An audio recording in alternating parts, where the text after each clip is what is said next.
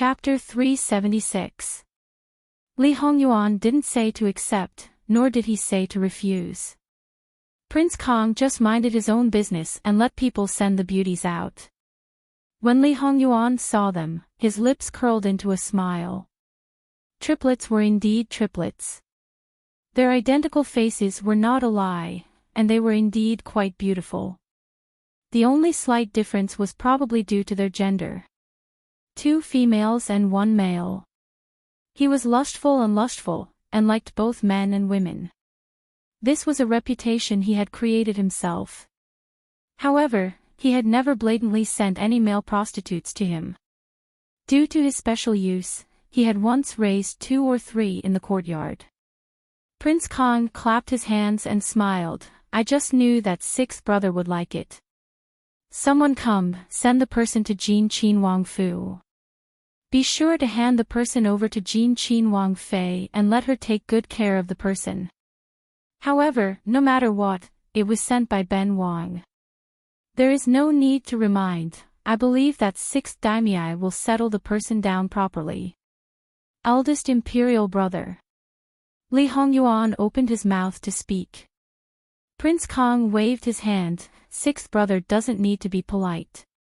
We are all brothers of the same family. If you need anything in the future, you only need to tell this older brother. Today, Li Hongyuan held a string of beads in his hand, fiddling with each bead. He didn't speak, but that expression of a smile that wasn't a smile made people's scalp numb. There was a saying, some people want to court death, and you can't stop them. Today, 9th Wang Ye was the host and invited his brothers to sit down. Prince Kong only prepared a big gift for Jin Qin Wang. At this time, the others didn't get any benefits, but they didn't mind at all. Each and every one of them had a smile on their faces and were respectful to each other. The scene looked exceptionally harmonious. After the beauties were sent away, Prince Kang's personal attendants led 2 guards of the Wangfu to the gates of Jin Qin Wangfu. With a smile on their faces, they politely stated the purpose of their visit. The guards of Jin Qin Wangfu were expressionless, but the expression in their eyes was a bit strange. They were actually Li Hongyuan's personal guards. The reason why they were watching the gate was because after Jingwan was injured, she was given an additional punishment of 50 whips. They were very clear about their master's thoughts towards Wang Fei. The reason why Wang Fei did so much was because she was forced to by Wang Ye. Now that they had sent beauties, and even sent them into Wang Fei's hands, they only wanted to hee-hee in their hearts, gloating over their misfortune as they waited to see how these people would end up. He didn't show any of his thoughts on his face. How can such a lowly person walk through the gate of the prince's mansion?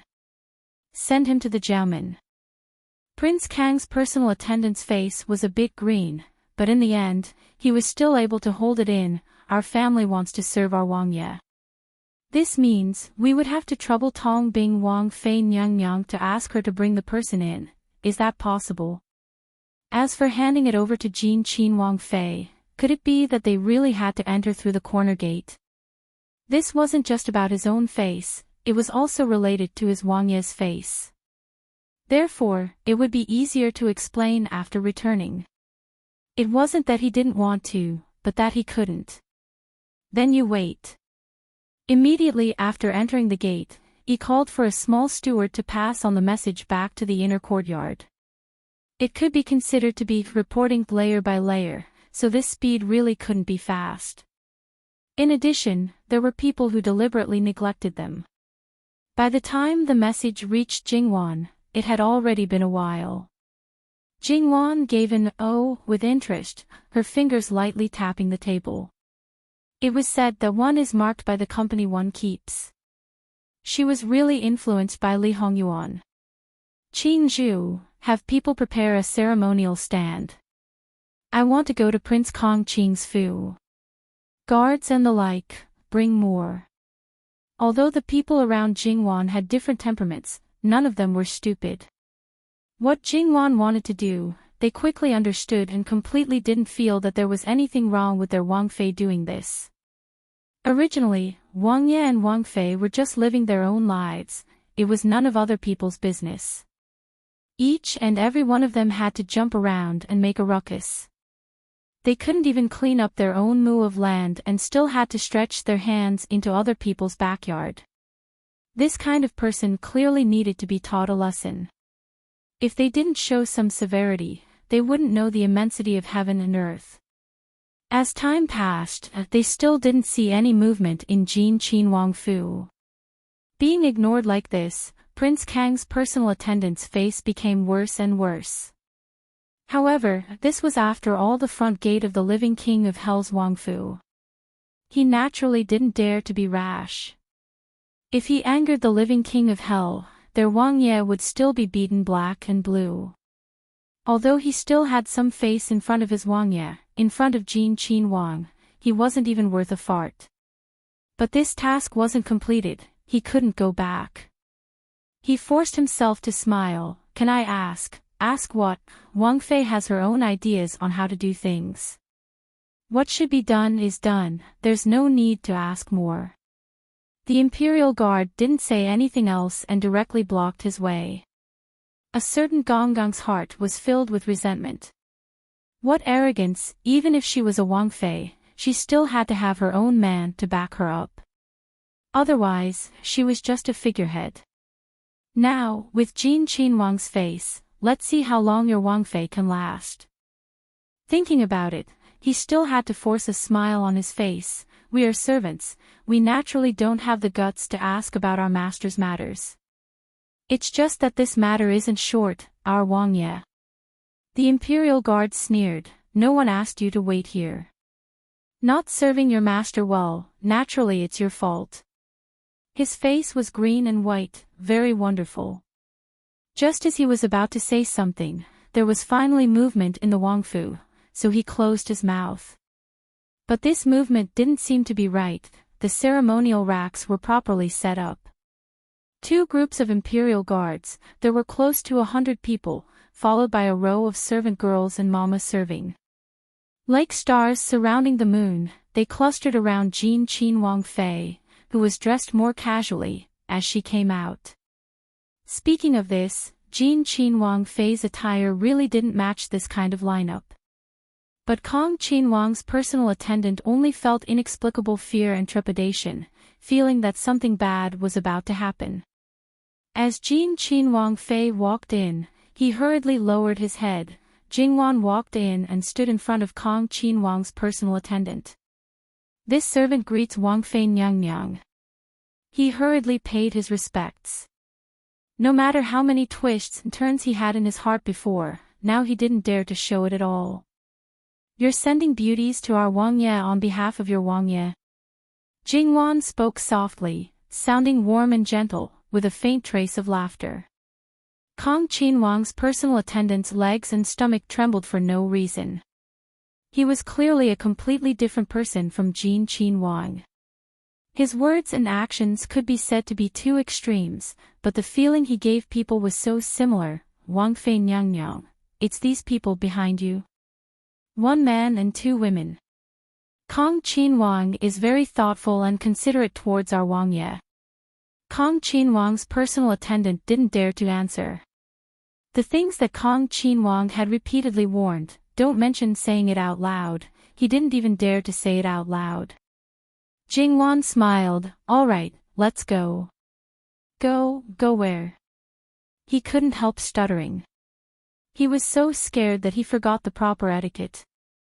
Go where? Naturally, it's to go to Prince Kang's mansion. Your prince has such good intentions, how can you just accept it for no reason? As the saying goes, there's a need to reciprocate politeness. Jingwan smiled and explained good-naturedly. Kong Qin Wang's personal attendant only had fear left. And he thought of a possibility, Jin Qin Wang Fei. How could Jin Qin Wang Fei do this? May I ask Wang Fei Nyang Nyang, which beauty has been prepared for our Wang Ye? The one that Wang Fei Nyang Nyang has prepared must be a beauty capable of causing the downfall of a city, a first-class beauty. I'm not too clear on this. I think you should be more clear on this. After all, you've trained her. Jingwan got down from the carriage and walked straight to the entrance. The 4 guards who were about to stop her were unceremoniously taken down by the guards of Jin Qin Wang Fu. Jingwan stepped through the entrance of Kong Qin Wang Fu as if she was entering her own home. After entering, the ordinary servants did not dare to approach, and those who had the guts to approach with fear and trepidation were all directly knocked down. In the end, the deputy head of the guards of Kong Qin Wang Fu hurriedly rushed over with people. Originally, under normal circumstances, when the Wang Fei of other Wang Fu came to visit, it had nothing to do with them. But now, it was completely different. It was clear that they did not come with good intentions. The guards of Jin Qin Wang Fu took the lead and stood in front of Jingwan to protect her. Jingwan waved her hand to let them withdraw and walked forward as if nothing had happened. They were clearly a group of tall and strong men, but when she moved forward, they could only retreat. It was as if they were not facing a defenseless and weak woman, but a scourge and a fierce beast. The other party was a Qin Wang Fei. Not to mention her noble status, the most important point was that she was the Wang Fei of the living king of hell. If there was even the slightest bit of injury, Jin Qin Wang might bring people to flatten Kong Qin Wang Fu. Their master might be fine, but they would definitely not have a good end. If Wang Fei Nyang has something to say, there is no harm in letting this humble one pass on the message. While retreating, they tried to speak calmly. It's none of your business. Get out of the way for Ben Wang Fei. Jingwan did not speak harshly, but her expression was calm without any ripples and had an indescribable dignity. Wang Fei Nyang, please forgive us. Guarding Kong Qin Wang Fu is our duty. Please forgive us. If they could, they also wanted to hide far away. So you say that you must stop Ben Wang Fei. All right, let's see if you can stop me. Talking was one thing. When Jingwan stepped forward, they could only retreat. What are you doing? Still not retreating. A woman's voice came from behind the guards. Hearing this, they all breathed a sigh of relief and hurriedly retreated to both sides. Greetings Wang Fei Nyang. We didn't know Wang Fei Nyang had come, so we didn't go out to meet you. Wang Fei Nyang, please forgive us. This beauty was simple but dignified. She was one of Prince Kang's side concubines, the former Princess Kang's younger sister. When Prince Kang's wife was in mourning, she entered the family to take care of Princess Kang's children. When Prince Kong Qin Wang Fu did not have a legal wife, she was the mistress. As for the other side concubine, she was from Prince Kang's sworn enemy. When she entered the Fu, she was sent to a remote and broken courtyard. However, she was still a beauty and had been abused by Prince Kong many times. Jingwan sized up this side concubine and thought that it was a pity. Although Prince Kong was Luqingdi's eldest legitimate son and his status was more honorable than the other brothers, he was essentially scum, the scum of scum. This girl could have had her own beautiful marriage, but because of her sister's dying request, she entered Prince Kong Qin Wang Fu and became a side concubine. Probably no one asked for her opinion and thoughts. Although she had not been in the capital for long, she had not heard any news about this side concubine. If she was really willing, it was impossible for her to not have a sense of existence. No need for formalities. Jingwan was invited to enter the inner courtyard. Jin Qin Wang Fu's bodyguards stayed in the outer courtyard, but the rest of the people followed in, including Prince Kang's personal attendants and the triplets, beauties. Not going to the guest room, not going to the reception pavilion, Jingwan stayed in the garden. That side concubine did not ask Jingwan what she wanted to do and just stayed by her side. Everyone says that Prince Kong Qin Wang Fu's rear courtyard is filled with beauties like clouds. Ben Wang Fei has no other intention today, just wanted to broaden my horizons. Jingwan smiled and said lightly. That side concubine looked thoughtfully at Jingwan and directly ordered people to gather all the concubines in each courtyard. The phrase, beauties like clouds, was not an exaggeration. Compared to Jin Qin Wang Fu's rear courtyard, it was much more exciting and dazzling. However, in this kind of situation, there was only one that attracted the most attention. Because it was too conspicuous, those who didn't know would think that the other party was the real mistress of this rear courtyard. No matter if it was the clothes on her body or that style, it was far better than the side concubine next to Jingwan. This person was Yao Rao. Yao Rao met Jingwan's gaze. She had seen Jingwan once, but she was not very clear. But Jingwan had a deep impression of her. Suddenly, Jingwan hooked her lips and smiled. Yao Rao's back went cold as she had a bad premonition. Jingwan turned her head and said a few words. Although it made people confused, Prince Kang's side concubine still let people do as she said. An arrowhead bed was set up with curtains around it. Then, under Jingwan's signal, Gong Mama walked towards Yao Rao.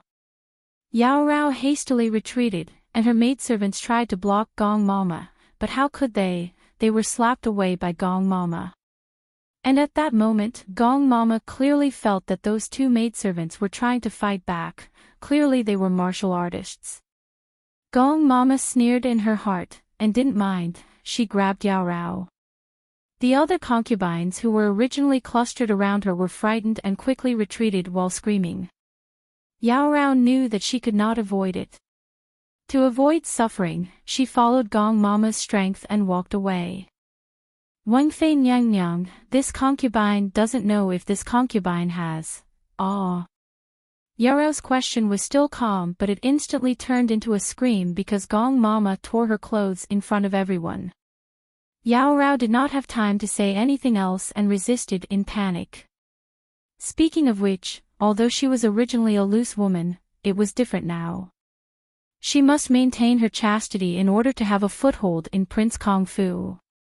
But her struggle was like a little chick in Gong Mama's hands.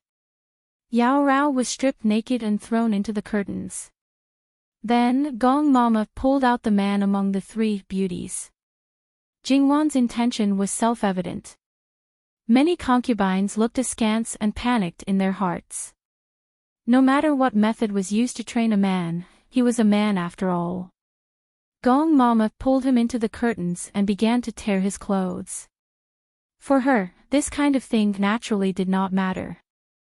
Gong Mama soon came out and casually threw the torn clothes in her hands on the ground. In the curtains, there were screams one after another. However, the voice that was slightly masculine was louder than the other one. https://11/118007/6654095. Mobile Edition. Chapter 377. The onlookers outside, after the initial panic, gradually began to rejoice in other people's misfortune, especially those concubines of Prince Kong. No matter if they were in opposition to Yao Rao or fawning on her to survive, in fact, the more they flattered her, the happier they were in their heart at this moment. They all depended on the same man to survive. His favor determined their status. There were so many concubines in the harem, but Yao Rao monopolized more than half of his favor. As for the rest, some people couldn't even get a little bit in 2 or 3 months. How could they not be jealous? Sometimes, when it was easy to get some soup and water, they were intercepted halfway. How many things were thrown and how many handkerchiefs were torn. They believed that their beauty and talent were not inferior to Yao Rao. How could she, after this incident, even if Prince Kong didn't kill her, they didn't believe that he could still favor her like before. It was like a woman who was born in prostitution. No matter how dissolute she was, once she turned over a new leaf, she couldn't have any relationship with a man other than her husband. Even if she was only seen but not touched, it was still an unforgivable sin. Yao Rao was exactly like this. This was not only related to her innocence, but also related to Prince Kang's face. If Prince Kong could still take it lightly in the face of such a situation, probably everyone would praise him as good tolerance. Prince Kang's side concubine glanced at Jingwan thoughtfully, but she didn't ask. Anyway, she never thought highly of Li Hongyi and never cared about him. She never thought of having a child of her own, not only for the sake of her sister's child, but also because she didn't want to give birth to that man's child.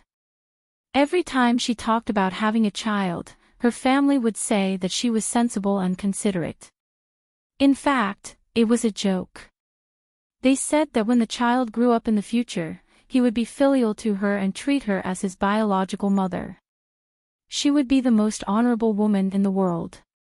Although they didn't say it, the meaning was obvious. In fact, she wanted to say that they thought too much.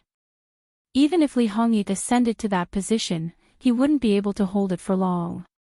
In the end, his end would be countless times more miserable than not sitting directly.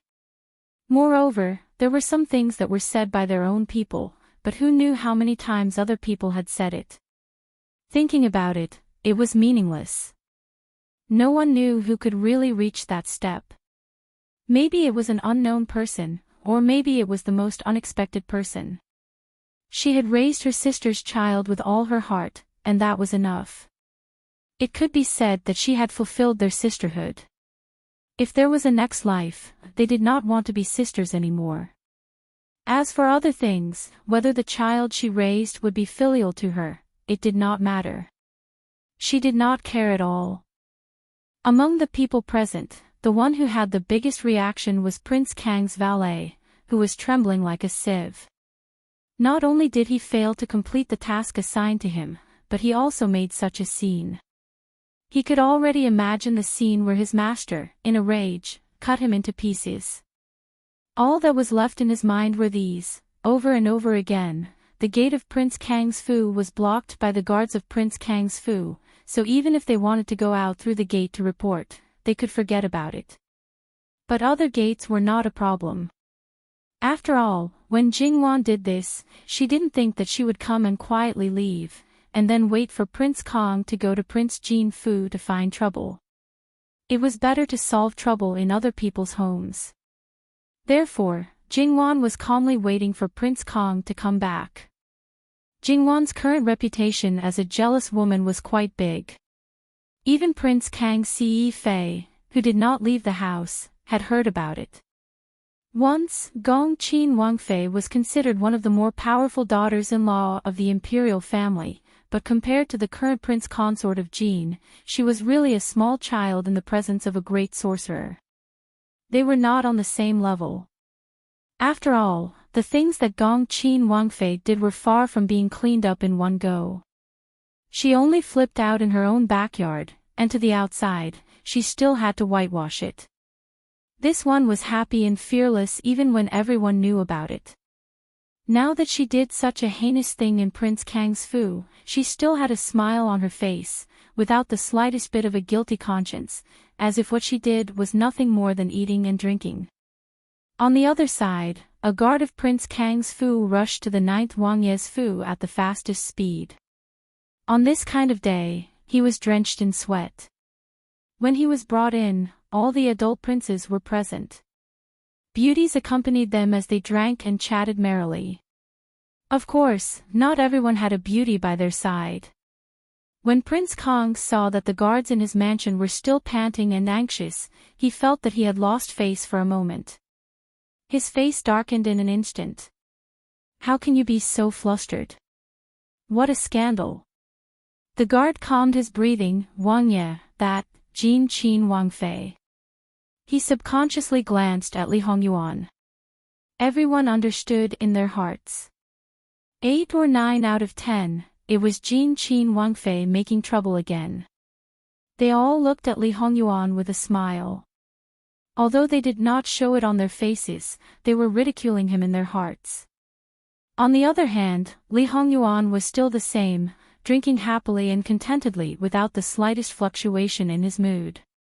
Although he still did not know what his wife did, he was very clear in his heart that if this matter was exposed, the one who would be laughed at would not be him. From the looks of it, it should be quite serious. Li Hongyuan only felt gratified. It was not in vain for him to sit here and wait for a good show. After all, if it was in the past, even if he went to a certain brother's appointment, it would be good if he could give face and drink 2 cups of wine.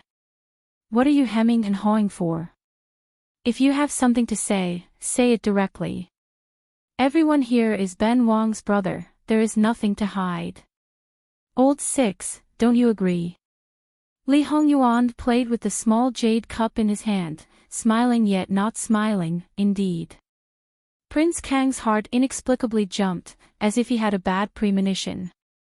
However, after thinking about it, at most, it would be that 6th sister-in-law who was unhappy and threw a tantrum. What else could it be? Therefore, he insisted that the guard speak of the matter, without leaving anything out. The guard had no choice but to brace himself and lower his head. Like pouring beans, the speed of his speech was quite fast, and in fact, it was just a matter of a few sentences. When he finished speaking, the scene was so silent that a pin drop could be heard. Then, Prince Kong directly exploded, flinging away the beauty in his arms and kicking over the short table in front of him. He looked at Li Hongyuan with a gloomy face. Looking at Li Hongyuan's expression, he even suspected that he knew from the beginning. However, no one knew that he was going to give her away, so this possibility should not exist. Moreover, when he thought of Li Hongyuan's ruthlessness and the pain of his back almost being trampled on, he naturally did not dare to flare up at him. Where is Jean Wangfei now? Replying to Wang Ye, she is still in the Fu. Although Prince Kong did not dare to challenge Li Hongyuan, he still dared to say a few words. 6th brother seems to be a man without discipline. That ridicule was not concealed at all. Why do you say that? The one who provoked Ben Wang's Wang Fei was eldest imperial brother, not Ben Wang. When eldest imperial brother was giving her away, Ben Wang wanted to remind you that Ben Wang was not interested in those beauties, so it was best that you did not send them to Jean Wangfu. It was you who did not listen. Now, it's just sending her back to you, what's the big deal? What's the big deal? Stripping his beloved concubine and throwing her together with a man, was that called no big deal? Li Hongyuan, this bastard, did not take him seriously. His face, when he wanted to step on it, he stepped on it. Now, a mere woman dared to do this to him. Prince Kang's face was ferocious as he flicked his sleeves and left. Li Hongyuan also stood up. He knew what kind of temper Li Hongyuan had. Li Hongyuan was worried that he would not care about anything when he got mixed up. In this way, Wan might be passive. Of course, he did not think that Wan would suffer a loss. If he let his mistress suffer a loss, then the group of bodyguards would not need to mingle. However, knowing was one thing, his heart would still be worried. He must be present to watch and personally protect before he could feel at ease. And for the others, this was a good show. It would be a waste if they did not watch. If they watched, they could still find some entertainment. So they all got up and followed, still immaculately dressed on the surface. By the time this group of men arrived at the garden of Prince Kong Fu, Jingwan and Prince Kang Sufei were still chatting and laughing while drinking tea. Seeing the aggressive Prince Kong, Jingwan unhurriedly got up, and the others followed her to pay their respects. Prince Kong did not shout "Rise," but Jingwan consciously stood up straight. There was a faint smile at the corner of her mouth, but there was no warmth in her eyes. Prince Kang's return time is a bit later than expected. Fortunately, Prince Kong Fu is not completely unpleasant to the eyes. Otherwise, wouldn't it make people impatient to wait? When these words came out, many people sucked in a breath of cold air. Many people even secretly sighed in their hearts. Not one family would enter the same house.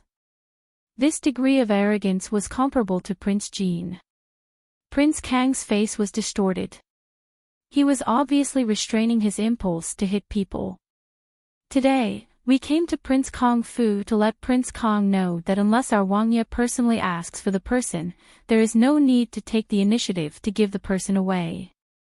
Sixth sister-in-law's courage. When the time comes, people will be surprised.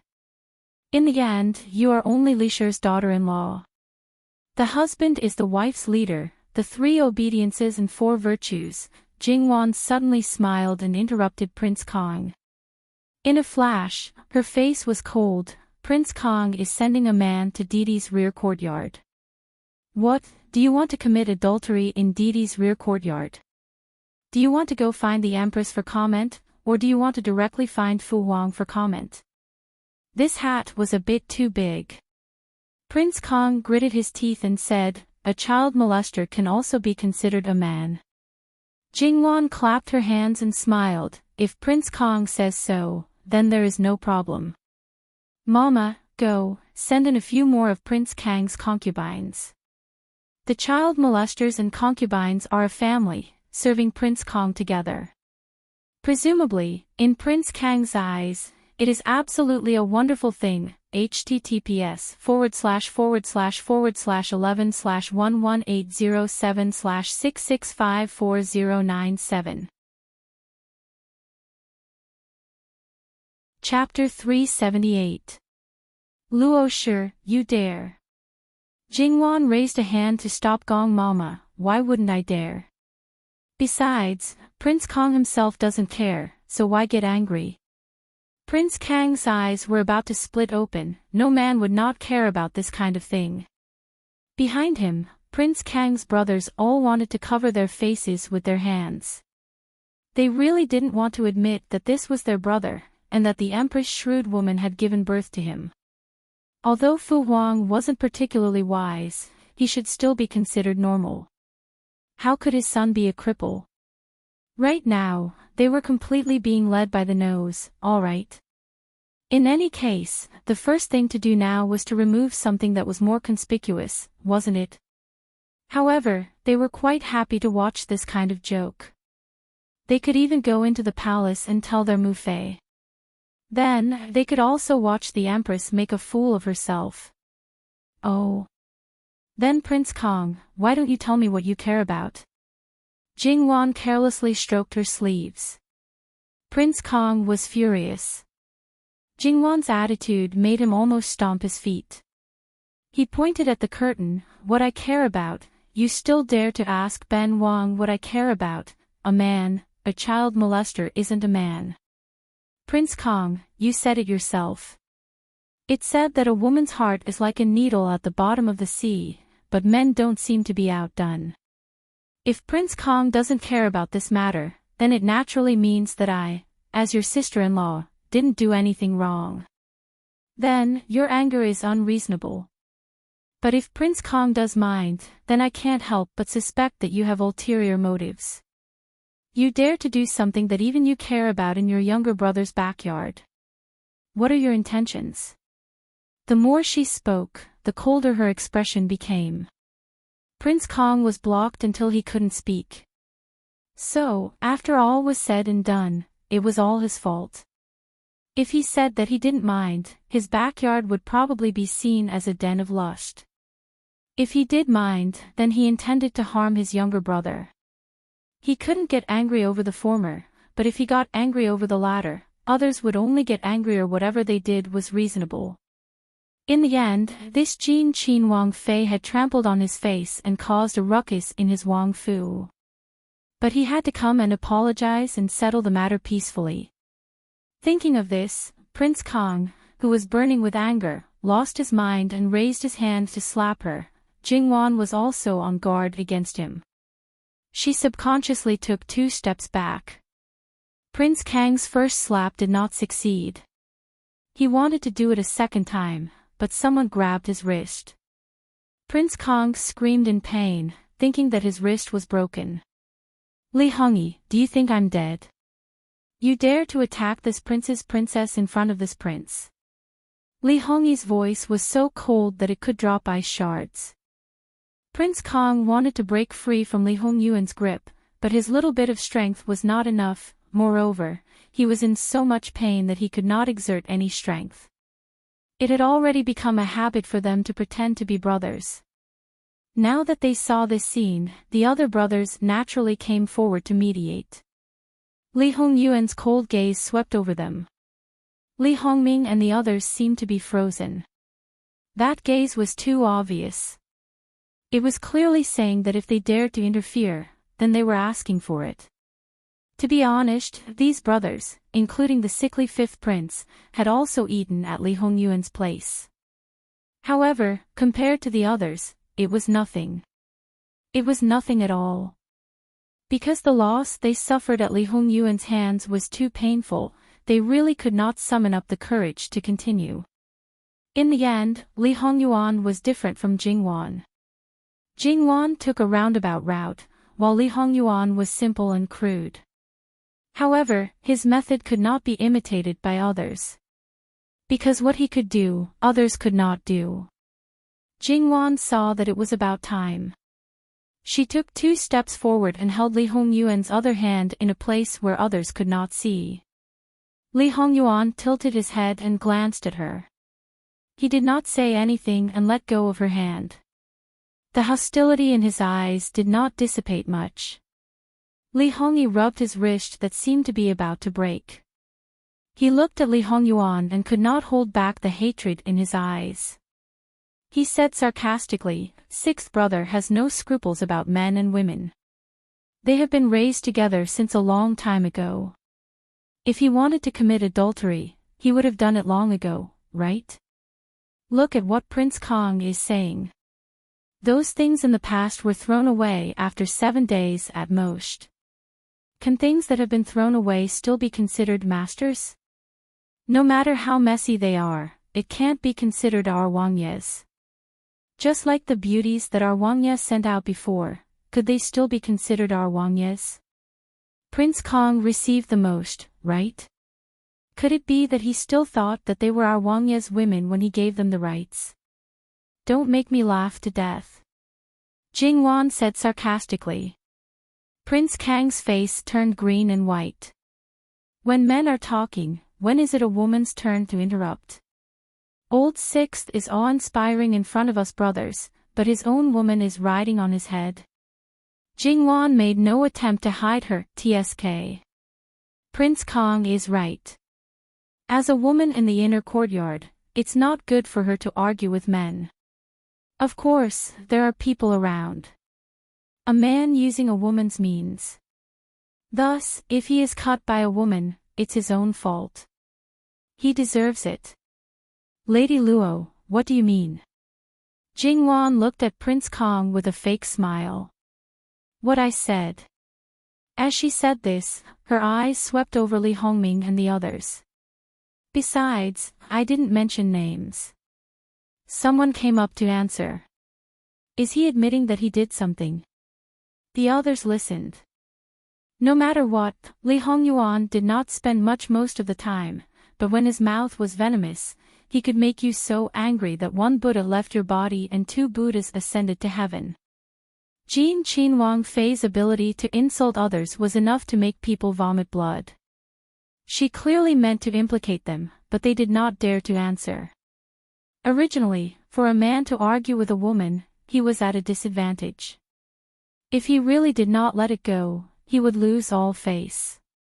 Thus, Prince Kong turned his head and started to bombard Li Hongyuan. I really couldn't tell that old Sixth is someone who is caught by a woman, and a jealous, vicious and merciless woman.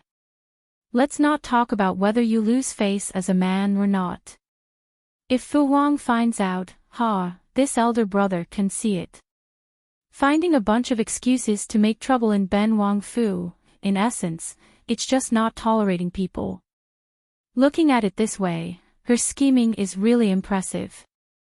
I'd like to see if you're going to spend the rest of your life with her, old Six. Li Hongyuan looked at Li Hongyi with a subtle gaze, as if he was looking at an idiot. He was too lazy to pay attention to him. Jealous? Prince Kong, are you talking about me? How can you say this? I still need Prince Kong to explain. A perfect smile hung on Jingwan's face again, Prince Kong, you must not invert right and wrong and put a big hat on me just to evade your own mistakes." When these words came out, who knew how many people's mouths twitched? Who was the one who inverted right and wrong? Could it be that the beauties in Old Sixth Courtyard were not handled by daimyo? It was me who handled them. Does it have anything to do with jealousy? I already said that it was just some things that our Wang didn't want. I don't know where they were long forgotten. I forgot to instruct the subordinates, so I spent money to raise them. I became the mistress of Jin Qin Wang Fu.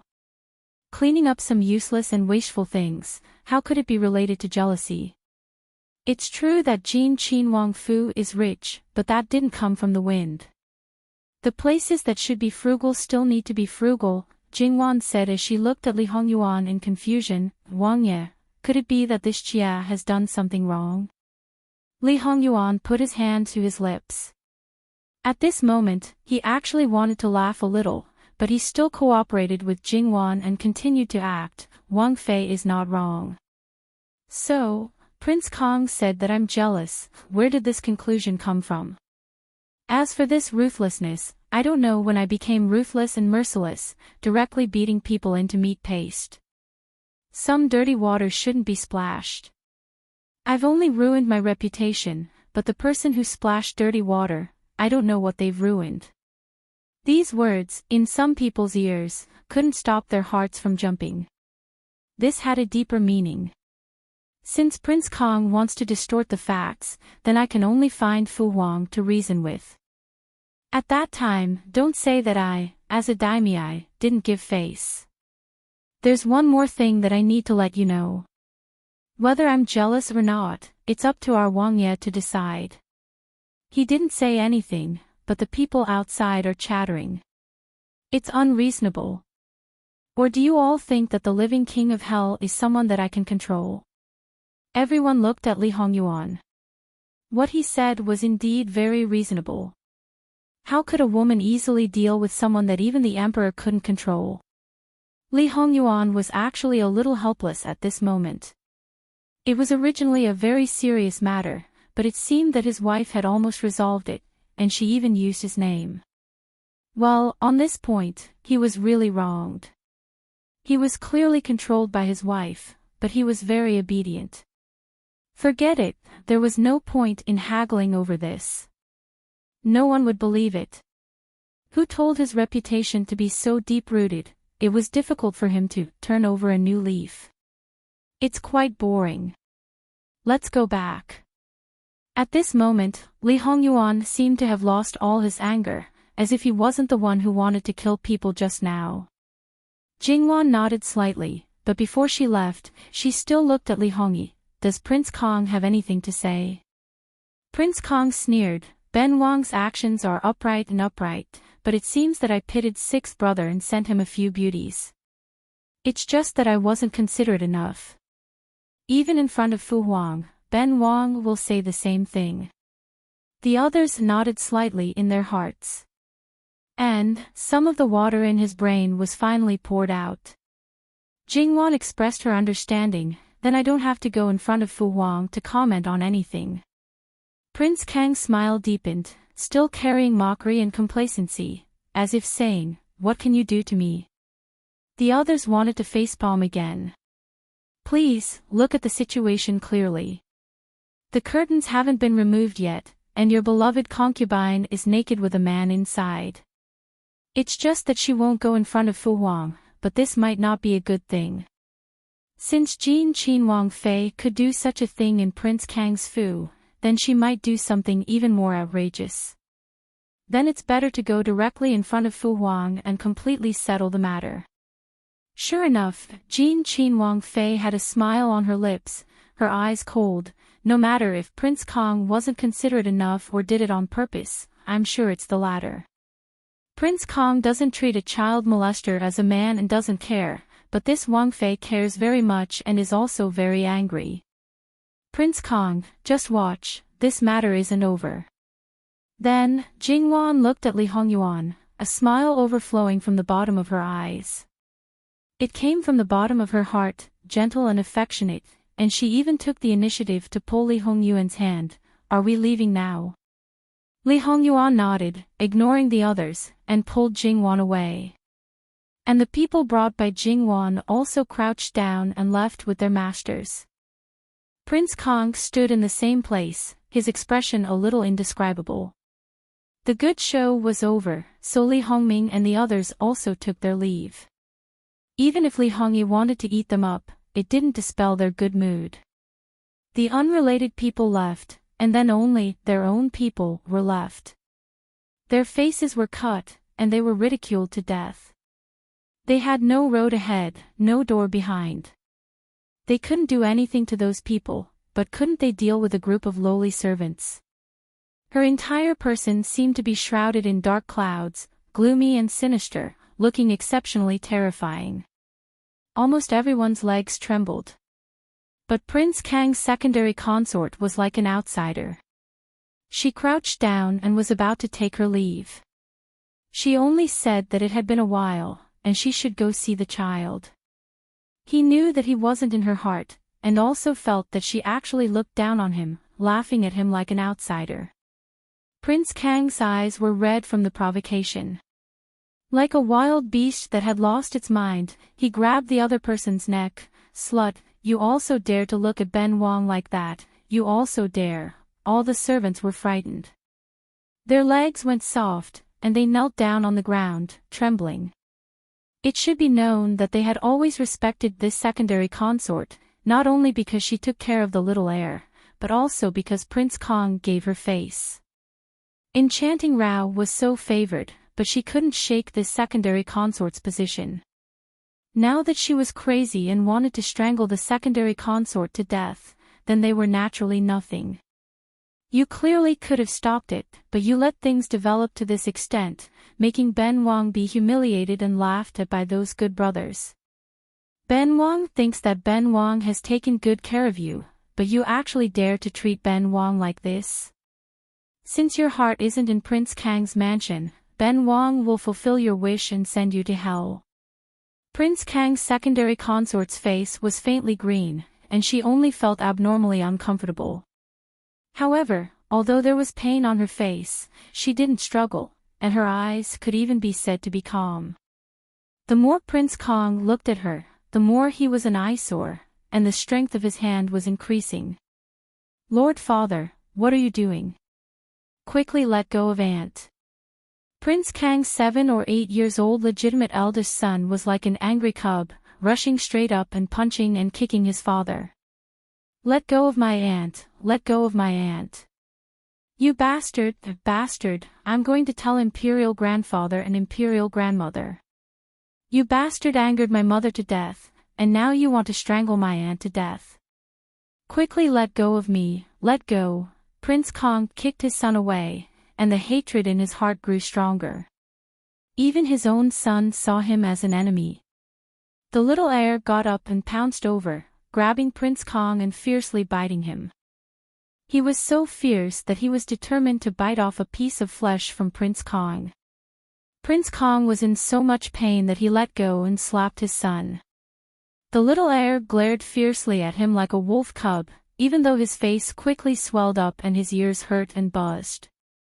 Prince Kang's secondary consort didn't care about herself, but she was still very concerned about her sister's child. Before she could catch her breath, she pounced over to check on the child's condition. You, are you okay? Your Highness, is your legitimate eldest son, and he's not even 8 years old. How could you be so ruthless? You slut, you still have the nerve to say that. You taught this prince's son to dare to hit his own lord father. What are your intentions? Prince Kang's secondary consort glared fiercely at him, and her heart was also filled with hatred, but she didn't say anything. You, Aunt, my ears hurt, it hurts. Only then did tears fall down. The secondary consort's expression changed. Someone, quickly call the estate doctor. Prince Kang's expression also changed, but he didn't say anything and let the secondary consort take his son away, but his face was still gloomy. Then, he looked at the motionless curtain, and he couldn't help but feel angry. He quickly stepped forward and pulled the curtain open, and the situation inside made his pupils shrink. He saw that the boy had been moved. The boy who was taught to be a child molester had his eyes wide open, and he was lying in a pool of blood. A large area from his chest to his neck seemed to have turned into minced meat, and the enchanting girl's eyes looked like she had lost her soul. She was still holding a hairpin, mechanically inserting it again and again. Anyone who saw this scene would feel that something was wrong. He's already dead, don't insert it again. The enchanting girl acted like she didn't hear anything, inserting it again and again. Prince Kong grabbed her hand. That's enough, Look at me, look at me. The enchanting girl's eyes gradually focused, and then she slowly realized her current situation. She was stunned for a moment, and then she retreated with a cry of alarm. I didn't do it on purpose, I didn't do it on purpose, I didn't do it on purpose. Looking at it, it was too much stimulation, and her entire person collapsed. Prince Kong reached out and hugged her. Don't be afraid, don't be afraid, this prince is here, this prince is here. The enchanting girl sobered up a bit this time. Your Highness, I didn't do it on purpose, you have to believe me, you have to believe me. It's okay, it's just a lowly slave. If it's killed, then it's killed, don't mind it. Prince Kong comforted her while holding her up, preparing to send her back. The enchanting girl was still crying, and she kept trembling in Prince Kang's arms, looking exceptionally pitiful. It's just that, in a place where everyone couldn't see, the enchanting girl was like a malicious spirit demanding life. She probably never thought that she would fall so hard in this kind of situation. Jin Qian Wang Fei. The tip of her tongue brushed against the gap between her teeth, and she tasted a trace of blood. https://11/11807/6654099. Biku Pavilion Mobile Reading Website, M. Chapter 379. The doctor was still treating Imperial Prince Kang's little heir. Imperial Prince Kang's concubine was sitting on the side, her face expressionless. Only her eyes were getting colder and colder. Her hands hidden in her sleeves were clenched into her palms, leaving a deep imprint. If this child was really deaf, then she couldn't absolve herself from the blame. This child could be considered the emperor's eldest grandson. Because of his intelligence and delicate appearance, even Emperor Luqing valued him, not to mention the empress. To a certain extent, she valued him more than Imperial Prince Kong. If he became disabled, the consequences were unimaginable. In her opinion, being punished was one thing, but the main thing was guilt. Such a young child, when the doctor came out with the results, she knew from his expression that it wouldn't be good. Imperial Prince Kang's concubine closed her eyes. Just say it. Imperial concubine, please forgive this lowly one. This lowly one is incompetent. He was trembling. To a certain extent, being a consecrator in a large family was a good job. However, everything had two sides. Just like now, if something happened to his master, he could lose his life if he couldn't do anything about it. You may leave. Someone come, call the imperial physicians. Call as many as you can. It must be said that this was definitely not a small matter. She believed that the palace would soon be alarmed. Although Imperial Prince Kong was the one who did it, Jingwan, who caused Imperial Prince Kong to fly into a rage, couldn't escape responsibility. After all, anyone could vent their anger. It was also possible for people to lose control when they were extremely sad and painful.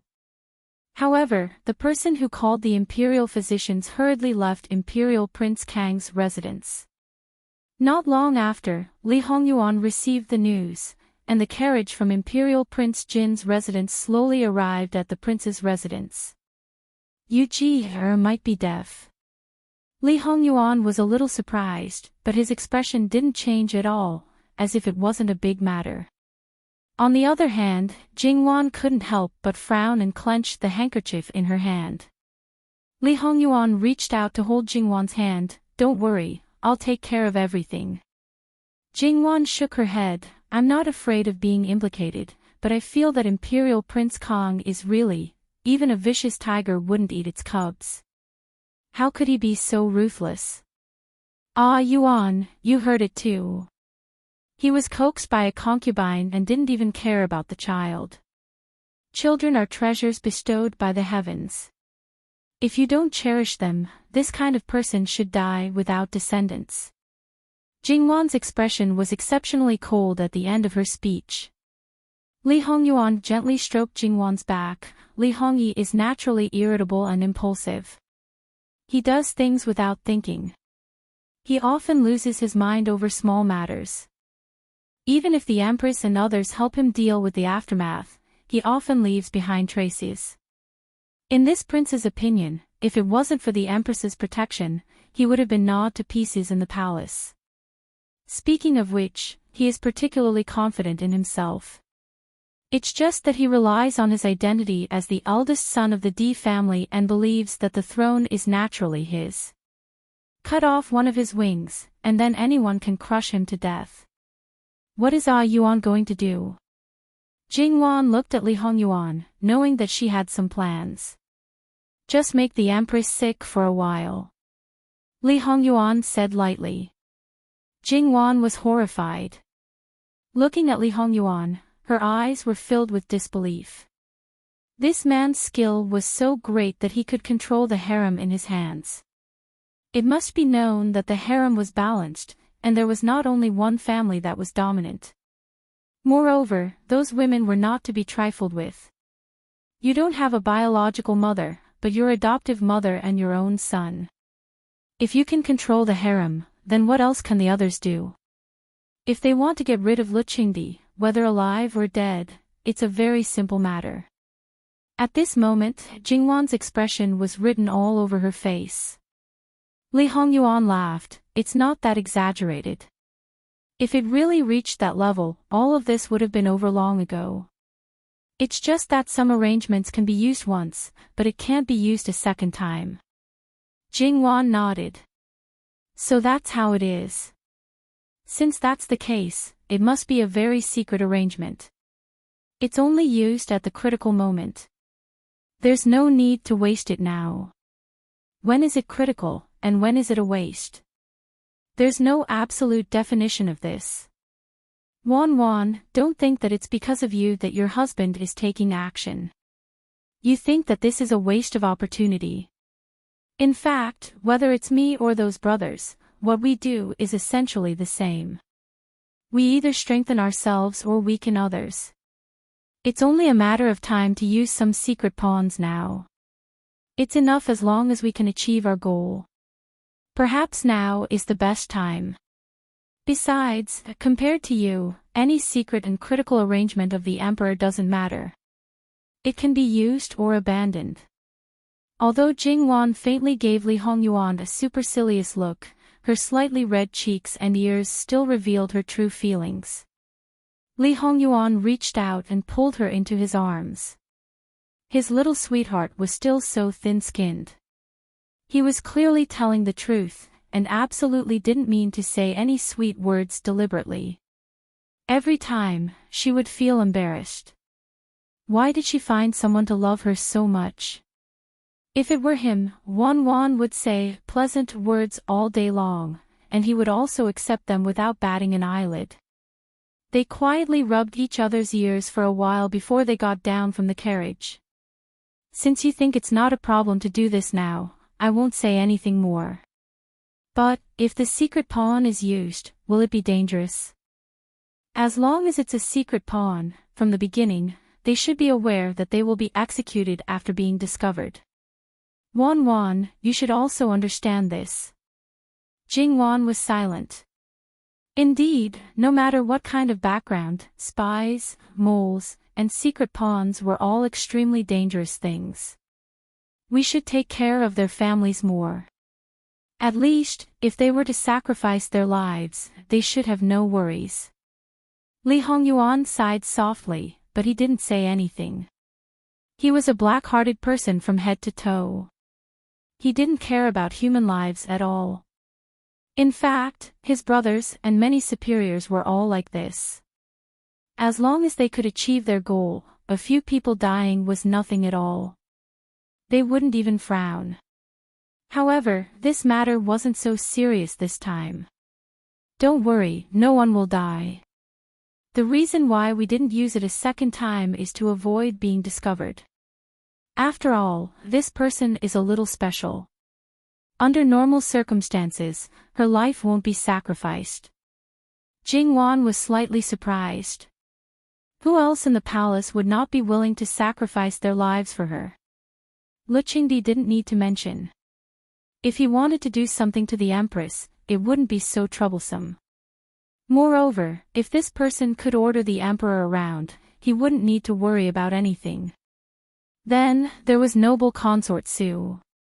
Noble Consort Su had such ability, she would definitely use it to help her own son. Other than these two people, who else? According to Jingwan, even if it was these two people, when necessary, this person would still be willing to sacrifice them. Then, who was so capable? Jingwan's eyes were filled with curiosity. Li Hongyuan didn't hide it from her. Qin Shufei. To be honest, this answer, Jingwan really didn't expect. Qin Shufei, that person, how to put it, had a relatively low presence. Although she wasn't as favored as Noble Consort Su, she was better than the Empress. She didn't have any enemies in the palace, but no one dared to touch her.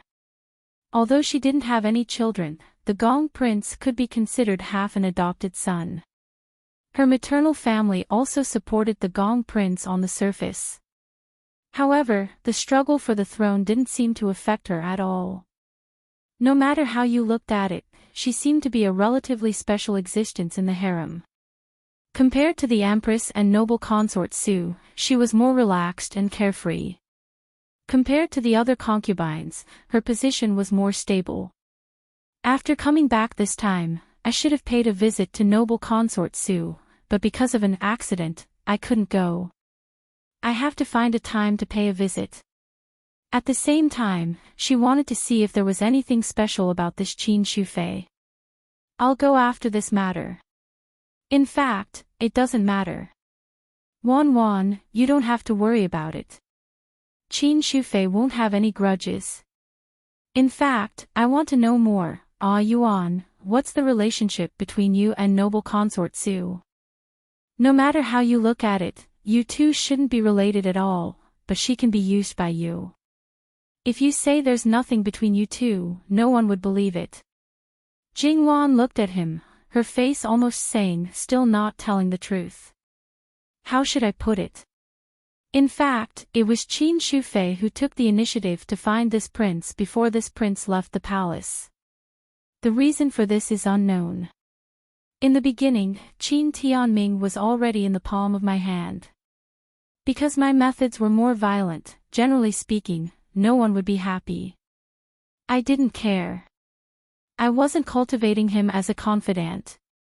As long as I achieved my goal, it was fine.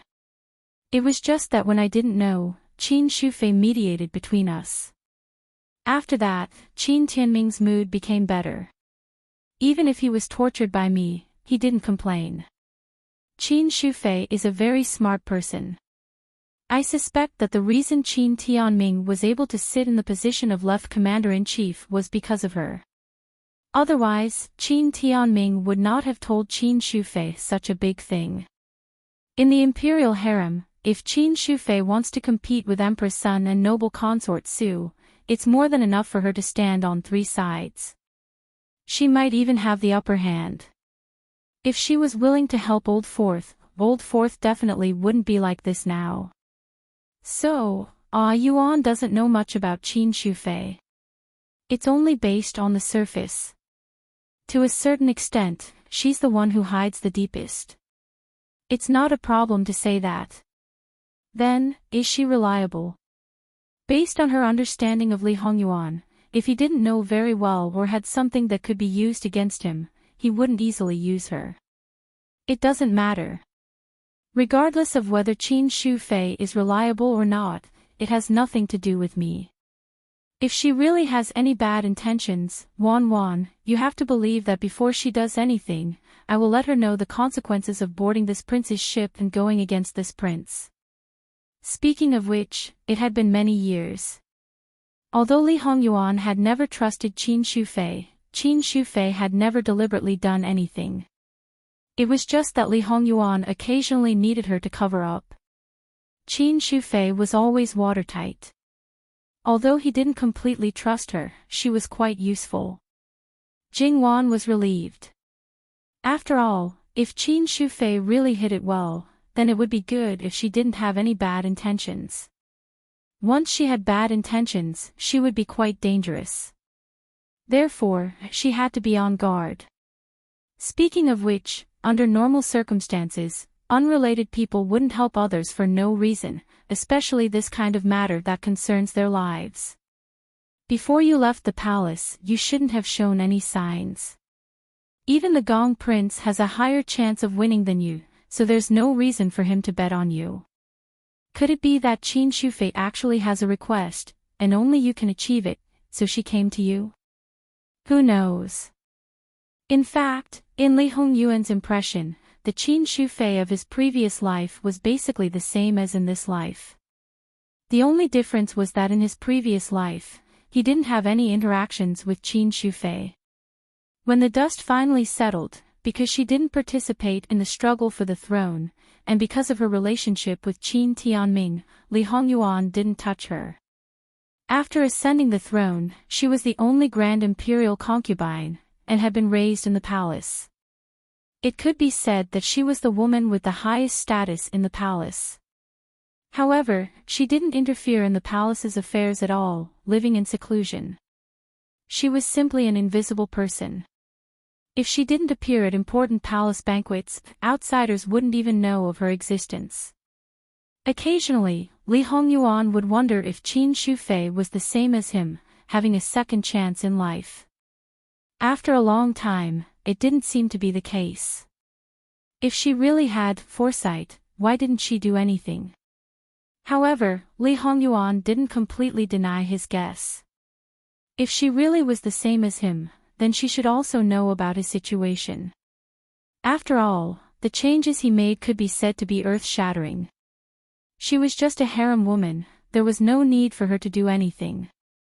As long as she got in touch with him, she would be the biggest winner in the end. All of this was based on speculation, maybe there were other reasons.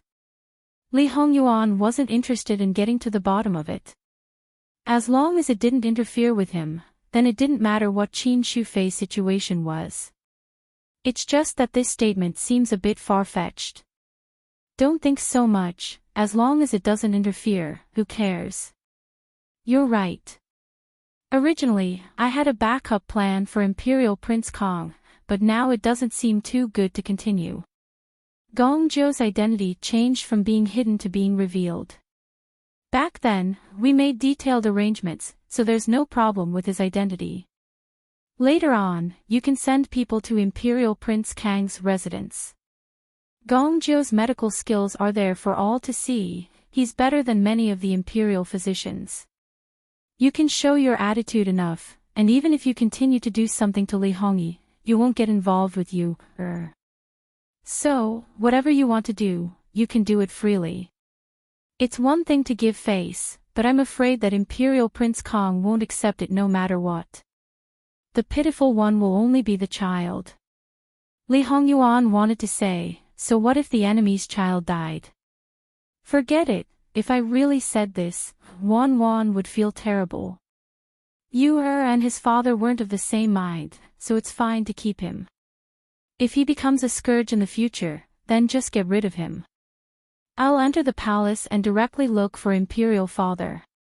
After hearing Li Hongyuan's words, Jingwan ordered people to pay close attention to the situation in Imperial Prince Kang's residence. However, in their hearts, this imperial Prince Kong was indeed unreliable and completely useless. This kind of person, it had to be said that when people court death, they couldn't be stopped. Based on Imperial Prince Kang's current actions, even if someone wanted to lessen his crime, they would be powerless. After all, if they wanted to go against their heart and say a few good words about him, no matter how thick-skinned a person was, they wouldn't be able to say it. However, Imperial Prince Kang's side consort had an as-expected expression.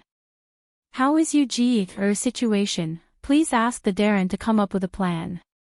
If one listened carefully, they would find that her voice was actually a bit hoarse. She was trying her best to maintain normal, and the strangulation marks on her neck were becoming more and more obvious. Side consort Nyang, this official can only do his best, and the final result, Imperial Prince Kang's side consort clenched her handkerchief.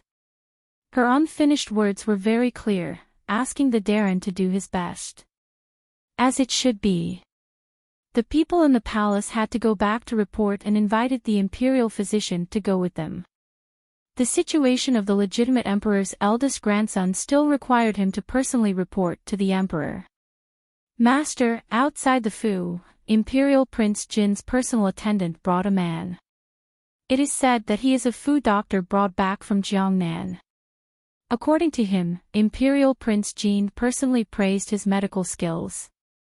Imperial Prince Jin's side consort learned that little Shitzi was injured but didn't know the specific situation. She said that it wasn't good to go and cause trouble now, so she sent the Fu doctor over to take a look. First, she wanted to understand the situation, and second, she wanted to see if she could do anything. Regardless of whether the people present thought that Imperial Prince Jin's side consort sent people to inquire about information or was sincerely concerned about little Shitzi, Imperial Prince Kang's side consort didn't say anything and let people invite the person in. Thus, the people who were about to leave stayed for the time being. A person who could be praised by Imperial Prince Jin must have some skills. However, when they saw the person, they couldn't help but be suspicious. After all, he looked a bit too young. Gong Zhou didn't care. After greeting Imperial Prince Kang's side consort and obtaining permission, he carefully examined little Shitzi and finally concluded, "It can be treated. It can be healed." There wasn't a word of superfluous words. Compared to the imperial physicians who talked about a minor illness as a major illness, they talked about a major illness as a terminal illness. Are these words true? Imperial Prince Kang's side consort who didn't have a good expression suddenly stood up. She finally showed a bit of joy, but she was also a bit worried, afraid that she heard wrong.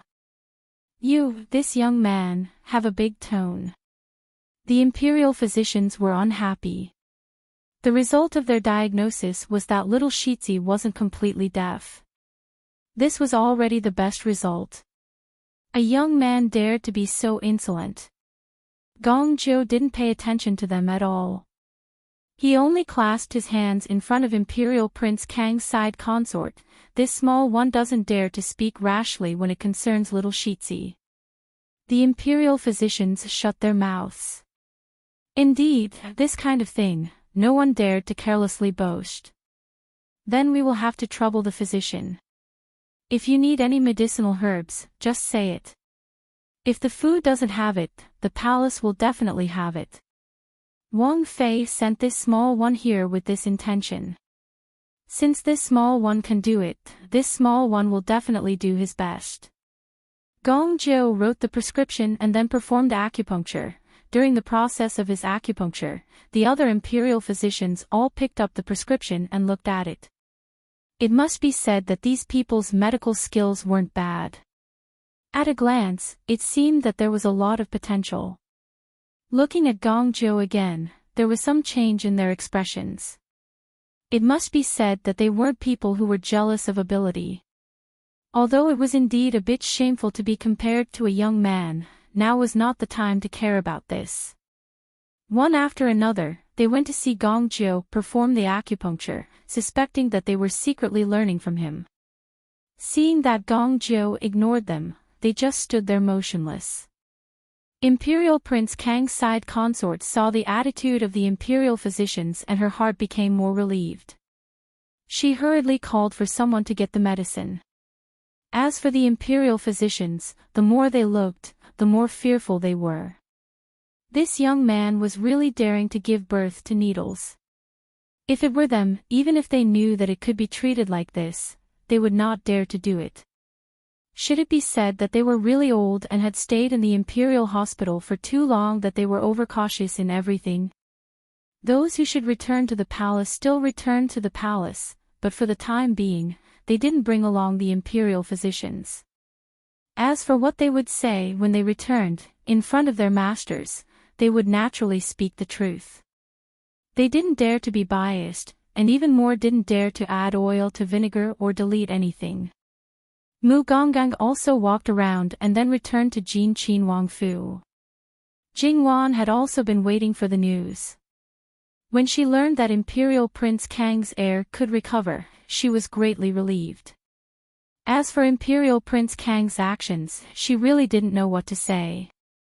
It seems that even the heavens are standing on Wan's side.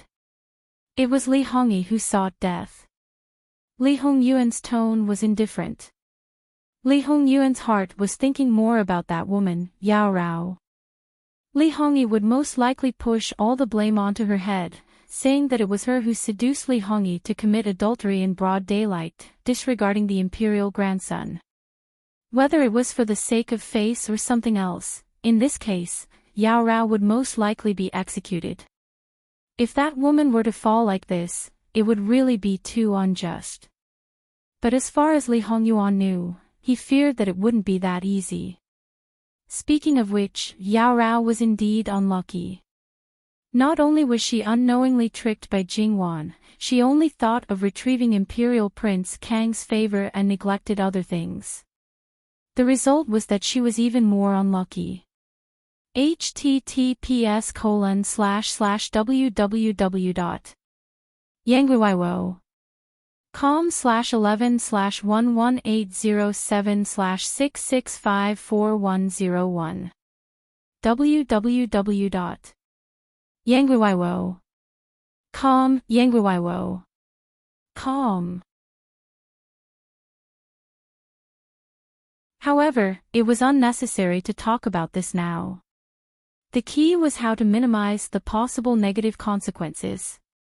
The Empress wanted to bite Jingwan, but Imperial concubine Su and the others would never agree.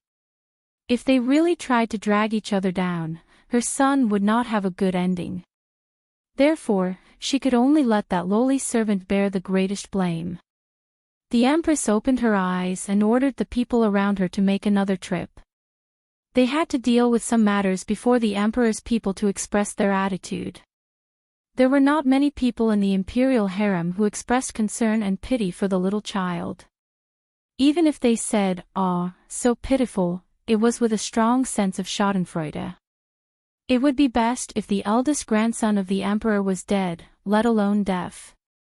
Unfortunately, why did someone meddle in other people's business? Treating the son of one's enemy was like raising a tiger to invite calamity. How stupid would that person have to be to send a physician to their doorstep? That's right. In many people's eyes, Jingwan was stupid. Even if she wanted to save face, she didn't need to go to such lengths.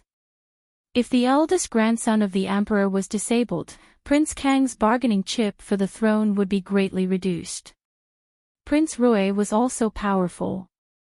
The one thing he lacked the most compared to Prince Kong was that he did not have a son. Imperial concubine Su did not say a word about this. After all, she was still in trouble. However, in Imperial concubine Su's eyes, Prince Kang's son was the most eye-catching. Because of Li Hongyuan, it could be said that she suppressed all her feelings for Jingwan. On the way, the Empress's people saw Emperor Luqingdi's people and couldn't help but feel frightened. Imperial concubine Su really had foresight. Without hesitation, she took a detour to avoid them and went to Prince Kang's mansion at a faster speed. At this time, Prince Kong had already climbed up from Yarao's bed. and the news that Yarao's courtyard was blocked by Prince Kang's side concubine, whether intentionally or not, finally spread. The servant who had blocked Prince Kang's side concubine's maid couldn't help trembling at this time. Finally, she suppressed her fear and went into the room to report. After all, the matter was getting bigger and bigger. If it was delayed, they might all die without a burial place. Just a moment ago, they were still lovey-dovey and flirting with each other. In an instant, Prince Kang's face was as black as the bottom of a pot. He pushed Yao Rao away and got out of bed to kick the kneeling maid's heart. "Lowly maid, tell me clearly what happened." "What happened?" That maid was kicked until she vomited blood and trembled like sifting chaff. Enduring the pain, she told the story intermittently. Prince Kang was reckless and impulsive. He was not smart, but he was not completely brainless. Now he realized that he was finished. This time, even if he didn't die, he would lose a layer of skin. Ignoring the maid on the ground and Yao Rao, he pulled his clothes and hurriedly put them on.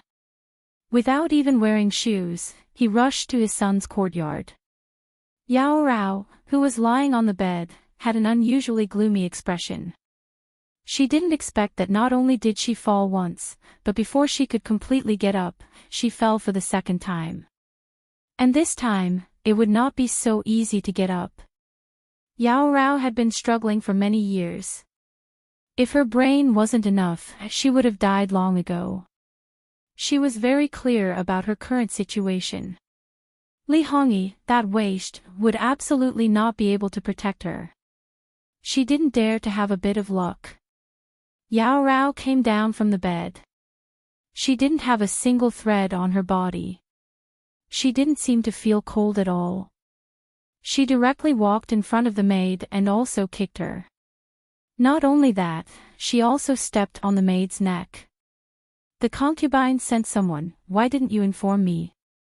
The maid was very scared, but she didn't dare to resist at all. Master, this servant thought that the concubine wanted to borrow the heir's favor, so... Yao Rao leaned over and slapped her. She deliberately bent her finger slightly and scratched the maid's face, leaving several bloody marks. "You have only been in Prince Kang's mansion for 1 or 2 days. The concubine wants to use this method to gain favor. You're just a waste who can't do anything right." Yao Rao was so angry that her chest couldn't help heaving up and down. What kind of temperament the concubine had, she was very clear about it. Because of this, she dared to be unscrupulous in Prince Kang's mansion. She held on to Prince Kang, that man who couldn't stand good words, and from time to time gave him some ideas. She was the most powerful person in the mansion. If the concubine came to find her, it would not be fake. The people under her actually made such a low-level mistake. It was really not a small mistake, but a big mistake could be fatal. Perhaps it was because she had been too relaxed and too idle for half a year. In a moment of carelessness, the people under her also became impetuous and frivolous. However, although this maid was one of her own people, she hadn't been with her for a long time. "Someone come," another 2 maids came in and respectfully stood there. They didn't say anything and didn't even look at her.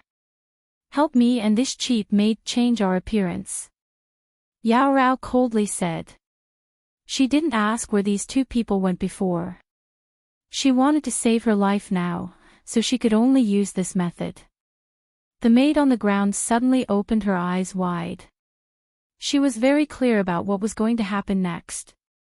Speaking of people, as long as they could live, no one would want to die, especially when they had been living a good life before. Master, please spare my life. This servant knows that she was wrong. Please give this servant one more chance, Yao Rao sneered. "So, you want this master to die?" She also threw something in front of the maid. The maid's voice stopped abruptly. Her lips squirmed, but she couldn't say another word. After a moment, her heart was like dead ashes. The other two, good sisters, pulled her up and used something to smear her face. And Yaorao's face was also treated like this. If one paid a little attention, they would find that Yaorao's several trusted maids were actually very similar to her figure. In terms of appearance, there were also similarities. But these similarities were not many, so under normal circumstances, it wouldn't attract attention. And these maids' facial features were not very prominent. Because the less distinctive they were, the more convenient it was to disguise. These maids, to a certain extent, were Yaorao's substitutes. And in Kong Qinwang Shizi's courtyard, when Kong Qinwang arrived, his clothes hadn't been completely tidied up. But no matter who it was, they all acted as if they didn't see anything. Kong Qinwang anxiously inquired about his son's situation, but his Ce Fei completely ignored him. Even though Kong Qinwang was angry, he didn't dare to make a move now. Kong Qinwang's Ce Fei dared to do this, but the imperial physicians didn't dare to be mute. Naturally, they would answer all the questions. But when Kong Qinwang learned that the one treating his son was Jin Qinwang Fu's Fu doctor, he immediately exploded. "Luo's sure that slut, the weasel pays a visit to the chicken for the new year. Now that she sent someone here, who knows what intentions she has." Immediately scram for Ben Wang. Saying this, he rushed forward and wanted to make a move on Gongzhou. It was probably the most crucial moment. Gongzhou didn't move at all, concentrating on twirling the silver needles. Not to mention Kong Qinwang's Ce Fei, even the imperial physicians and the others were shocked. Those with eyes knew that they couldn't disturb him now and subconsciously stopped him. These people dared to offend their superiors. It could be seen how angry Kong Qinwang was. He didn't have any manners and shouted without caring about his image. Gongzhou took out a silver needle and turned to look at Kong Qinwang. His face was like an ancient well without ripples. Wang Ye can continue to make a ruckus. If it affects Shizi and causes him to wake up, the needle will deviate and cause serious consequences. At worst, this little one will pay with my life, but Shizi, Kong Qinwang's Ce Fei was thoroughly enraged. "Someone come, drag Wang Ye out. Don't allow him to take half a step into the room. Slut, you have such big guts. For you Chia will definitely offend her superiors. When Yu recovers, Chia will personally go to Fu Huang Muhu to ask for forgiveness." Kong Qinwang's Ce Fei was happy and fearless. After bringing up Lu Qingdi and Empress Sun, Kong Qinwang's arrogance restrained a little. But the negative emotions on his body were still so strong that people didn't dare to approach. Then he scolded the imperial physicians outside that they were useless. There were so many of them, but they relied on a nobody to treat his son. Useless, all of them were useless. Originally, they felt a little uncomfortable because they couldn't compare with the young man. Fortunately, most of them were more open-minded, and Gongzhou didn't mind them stealing. As the saying went, the one who reached the top was the first. They all calmed down and contributed to Yu Ji's illness. Now that they were insulted by Kong Qinwang like this, even a clay figurine would have a temper. How could they not be angry in their hearts? However, the other party was a noble, so they couldn't do anything to him. In addition, Kong Qinwang's Ce Fei repeatedly apologized on the side, so they naturally expressed that they wouldn't care. But in their hearts, they fiercely marked Kong Qinwang.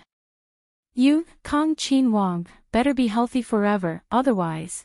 It was said that doctors shouldn't be offended easily, but Kong Qinwang had offended almost the entire Imperial Physician Hospital. Kong Qinwang didn't stop. As for Yaorao's side, she quickly tore off a mask from the face of Yaorao and her maid. With 2 masks in hand, Yaorao handed her mask over. The person in charge of the disguise stuck the mask on the maid's face. After some processing, he quickly changed the maid into Yaorao's clothes. Not to mention other things, just by looking at her face and figure, one would think that she was a pair of twin sisters. "You're not dead yet," Yao Rao said coldly. The person who was originally in a daze seemed to have come alive in an instant. Her every move was another Yao Rao. Even Li Hongyi, in a state of unease, would be able to defend the authenticity of the mask. Yao Rao nodded with satisfaction. Just as she was about to put on the maid's mask, she hesitated for a moment. "Go and bring another maid in." This maid who had also angered Li Hongyi was also not safe. She had to find another person who was more peripheral to guarantee her 100% survival. Fortunately, she was prepared from the beginning, so she didn't have to worry about not being able to find a candidate. Only this person would be completely kept in the dark, that's all. The maid who was in charge of cleaning was brought in. Speaking of which, since she was in charge of cleaning, her hands and feet were not tender. However, this maid was different. She was pampered by her master, so she didn't need to do much work. Moreover, she often got good things from her master, so she didn't know how many people were envious and jealous of her master. Now that her master was looking for her, she happily came in. When she saw her two masters, she was unusually surprised, but before she could speak, her mouth was blocked from behind. Very soon she lost consciousness and fainted. Not only that, she was also fed a mute medicine, so that even if she suddenly woke up, she wouldn't be able to open her mouth. Similarly, Yao Rao took off the mask from the maid's face. This time, Yao Rao didn't hesitate at all. Soon after, she put on the maid's clothes, combed the same hair ornament, and put on the head ornament. After changing her clothes, Yao Rao turned around and put some things into a small chest. After that, her bearing changed. Originally she had an enchanting figure, but in an instant she changed into a somewhat naive maid who was somewhat proud of herself because of her master's reward. Just like that, she swaggered out with the chest. When the other servants in the courtyard saw this, they didn't suspect anything. And inside the room, the maid who was doing the rough work had changed into the maid who was disguised as Yao Rao. Her hands and feet were tied behind her back, and her mouth was also gagged. Perhaps because her fate was already determined, Yao Rao was instead calm. Looking at her own face, she sneered again and again in her heart. Look, naive idiot, she really thought that she got the favor of her master for no reason. She didn't know that she was just a substitute for her master. Essentially, she was the same as that animal. And she was also nothing more than an idiot without any power to resist. As for the other two maids, they were the two martial artists beside Yao Rao. At this time, one stayed behind, and the other went to look for Yao Rao. Although Yao Rao was now wearing the skin of a maid, but she was still not completely safe, because as long as concubine Luo died, this identity would have no backing. In the past, she had obtained so many good things, but later she would definitely be targeted. Therefore, Yao Rao had to change her identity again. As for whether she would leave Prince Kang's mansion or not, she would see the situation later. For Yao Rao, it would not be difficult to change her identity again. The so-called substitute, there was 1, 2, and naturally there was a 3. A substitute still needed a substitute. This 3 was the kind that did not attract attention at all. After killing her, she would disguise herself as a maid who did the rough work and pretend that someone was greedy for money. After killing the maid, she would replace the third identity. Everything would be perfect. Just as the maid who did the rough work hid the chest and came out, a group of people hurriedly came in from outside, and Li Hongyi was among them. The maid who did the rough work avoided at a relatively far place and respectfully bowed to salute. It seemed that she was still somewhat afraid. When she saw the people enter the main room, she slowly got up. She kept her head down all the time, and the emotions in her eyes could not be seen at all. After a moment, she raised her head, and then met the eyes of one of the martial artist's maids. She nodded without a trace, and took advantage of the chaos here to change her identity for the last time. Concubine Wang was beaten in front of Imperial Prince Kong. No matter how she cried and begged for mercy, Imperial Prince Kong was indifferent. He just watched her being beaten until her flesh was lacerated and blood flowed out. Finally, she breathed her last, and her eyes bulged out. She died with endless resentment. And that maid who blocked the side concubine woke up in pain. She completely did not know what had happened, and was beaten to death. She truly died with remaining grievances. From the beginning to the end, Li Hongyi did not discover that Yao Rao was a fake. In fact, it was very easy to distinguish the real from the fake. As long as he rolled up his sleeves, it would be fine. After all, he and Yao Rao had just made love not long ago, and the traces on his body were very obvious. However, who would have thought that in such a short time, the person would be changed? And Li Hongyi only wanted to let Yao Rao die earlier, so as to reduce his guilt. He had never thought that Yao Rao had helped him a lot in this half year. Not long ago, she was still flirting with him. But now, she was so merciless, and he did not regret it at all. He was selfish and heartless. Perhaps he thought that he was straightforward and decisive, as a superior should be like this. However, before the ground was cleaned up, Luqing Emperor's chamberlain was brought over by the servants. Looking at the disfigured corpse, and then looking at the people of the Empress Palace who were respectful to him with a smile, the chamberlain sneered in his heart, and moved quite quickly. And then looking at Prince Kong, who had a sorrowful face, he kept saying that it was his fault. He should not have beaten the child. It was that lowly maid who pestered him, so that he did not know about his son's injury in time. It was his fault. It was all his fault. He was sorry for the child, sorry for the deceased Wang Fei, sorry for his father and mother. It could be said that he was weeping.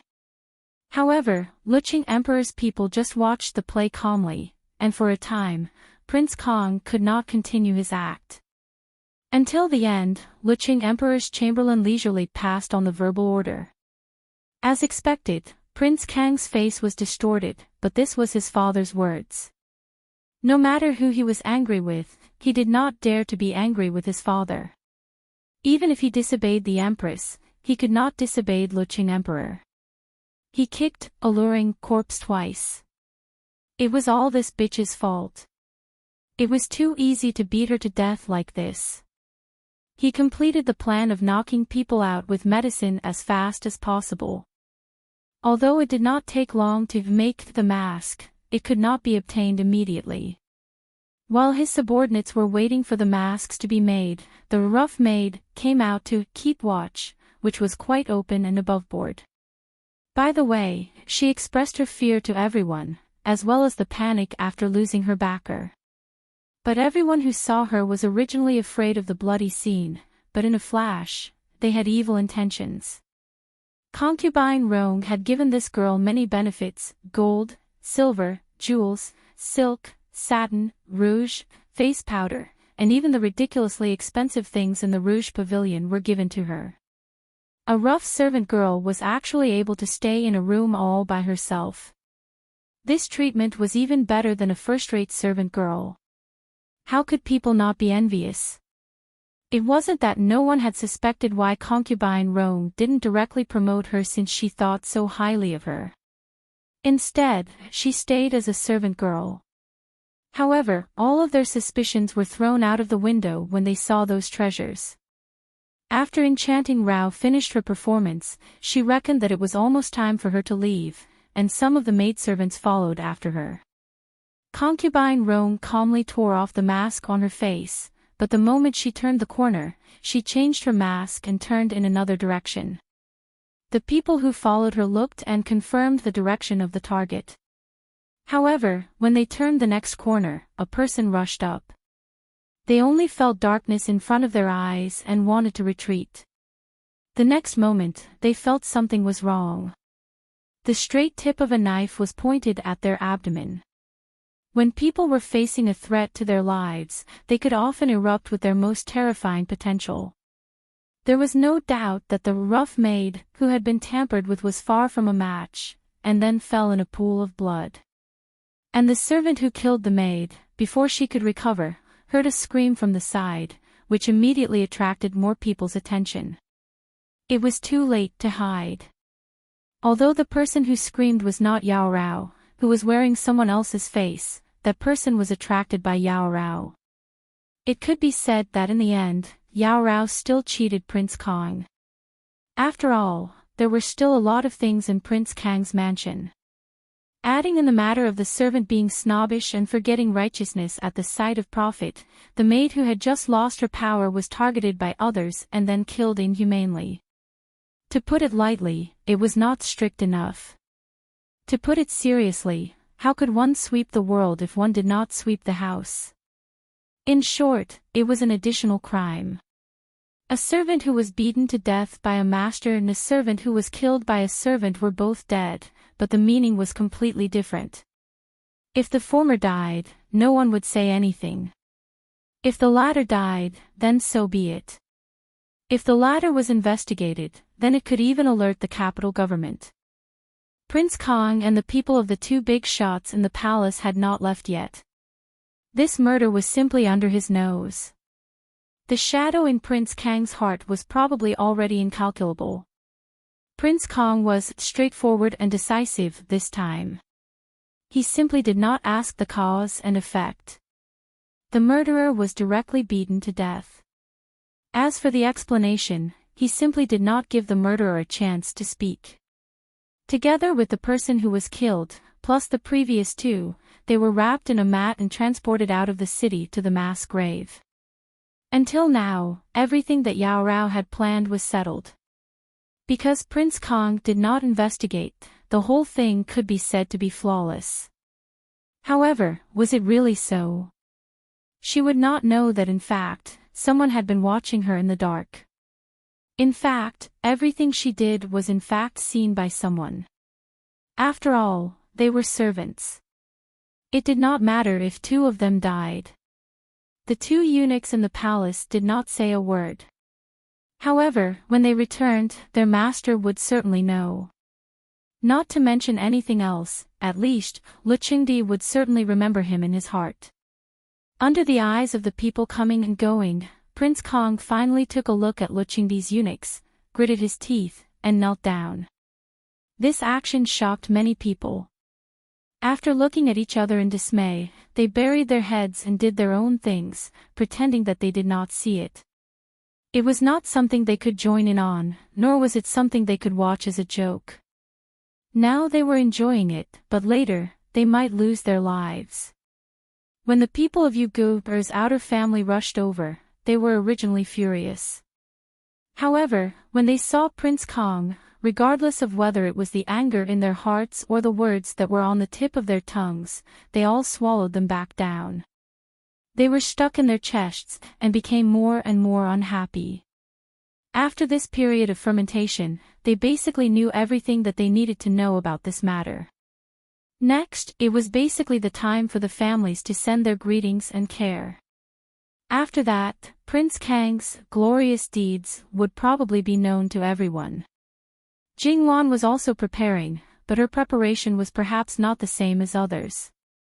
Jingwan asked Eunuch Mu to take a lot of banknotes and start to visit the brothels, pleasure boats, and dance halls in the capital. There was only one purpose: to buy a large number of courtesans and courtesans. Eunuch Mu said that he was really miserable. He went to those brothels again and again. Obviously, there were many real men under his master's command, but he, a fake man, was asked to do this kind of thing. Why didn't the princess think about his feelings? It must be because he had offended the princess, so the princess was taking revenge on him. Eunuch Mu wiped away the tears that didn't exist. No matter what, since it was the princess's order, it must be completed seriously and perfectly. The eyes of the capital's noble families were all on Prince Kang's fu. Therefore, other than the seller, there were not many people who noticed the change in Prince Jin's foo. And the insiders were secretly pondering, could it be that because Jin Wang had disposed of Prince Jin's beauties, she bought him a large number of beauties as compensation? If it was really like this, did they all misunderstand Jin Wang's princess? But how could it be that Jin Wang was angry and the princess did this recently? Then, Jin Wang was probably lifting a stone to smash her own foot. The fun in Prince Kang's foo was enough to pass the time for a long time, and Jin Wang's foo didn't seem to be outdone. Jingwan wrote and drew on the paper, the number of people doesn't seem to be enough. When Eunuch Mu heard this, he almost stumbled. It was more than the number of people who were dismissed before, but it was still not enough. Wang Fei, what do you want to do? On the contrary, Li Hongyuan reached out and took the paper in front of Jingwan. He glanced at it and threw it to the side. Wan really put in a lot of effort. Why don't you spend more time on Ben Wang? His face was gloomy and gloomy. Jingwan was speechless. She reckoned that he would only be satisfied if she constantly looked at him. Jingwan got up, hugged a certain someone and kissed him fiercely.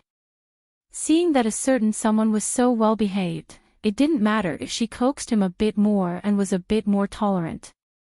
And the living king of hell had always been well versed in the essence of reaching for a yard after getting an inch.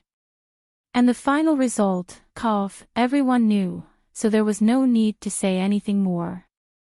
After that, it was said that Prince Kong knelt until the next day. That pair of legs had long lost feeling.